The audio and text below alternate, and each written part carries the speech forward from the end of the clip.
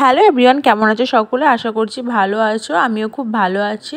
আর আজকের ভিডিওটা আমি এখান থেকেই শুরু করছি। আর এই ভিডিওটা আমার অনেক দিন আগের, কিন্তু সময়ের অভাবে এডিট করতে পারিনি, তাই এতদিন আপলোড করা হয়নি। আর এই ভিডিওটা আমার সেই নীলষষ্ঠীর আগের দিনে, যেই দিন আমাদের বাড়িতে সমস্ত সন্ন্যাসীরা খাবার গ্রহণ করেছিল, সেই দিনকার ভিডিও।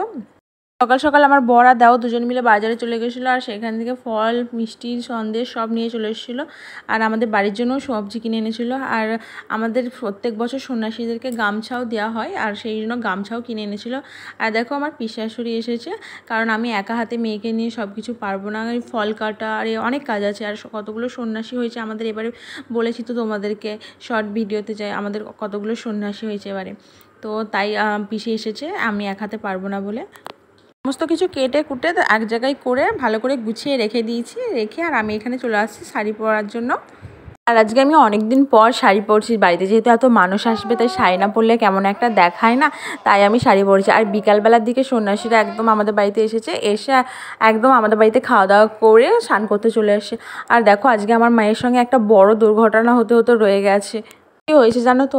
আমাদের এখানে না সন্ন্যাসীরা স্নান করতে যাওয়ার সময় মানে জলে দাঁড়িয়ে আর কি একটা করে ফল নিয়ে মন্ত্র পড়ে সেই ফলটাকে ছুঁড়ে দেয়।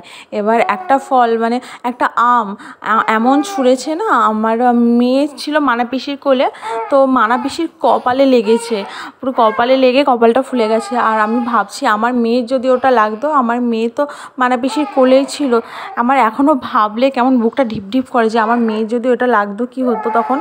সন্ন্যাসীরা স্নান টান করে কাপড় ছেড়ে নিয়ে সন্ধ্যেবেলায় ষষ্ঠীতলায় চলে এসেছে। এখানে ঠাকুরের ফুল চাপানো হবে, মানে যতক্ষণ না ফুল পড়ে ততক্ষণ না সন্ন্যাসী আর কি নাচবে। এই যে সন্ন্যাসীদের নাচ আরম্ভ হয়ে গেছে। আর দেখো আমার না এই সন্ন্যাসীদের নাচটা খুব ভালো লাগে, এরা না তালে তালে কী সুন্দর ডান্স করে।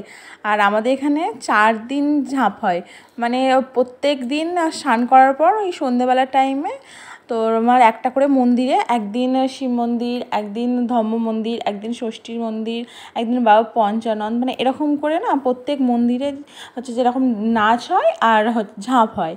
আর এটা দেখো নীলের বারের দিন, এইটা হচ্ছে যে যদুপুরে সেই দিন গাজন, নীলের দিন গাজন হয় এখানে। আর এই যে ঠাকুরের ওপর ফুল চাপানো হয়েছে, আর ওপরে মেয়ে সন্ন্যাসীরা বসেছিল। আর এখানে দেখো মেলা বসেছে, আর মেলা থেকে মেয়ের জন্য আমি এই ক্লিপগুলো কিনেছি। আর এইদিকে ফুচকা দেখে আমার জিভে এত জল এসছে কি বলবো, কিন্তু এখন খাবো না। 6 মাস হয়ে যাক, মানে এই 6 মাসে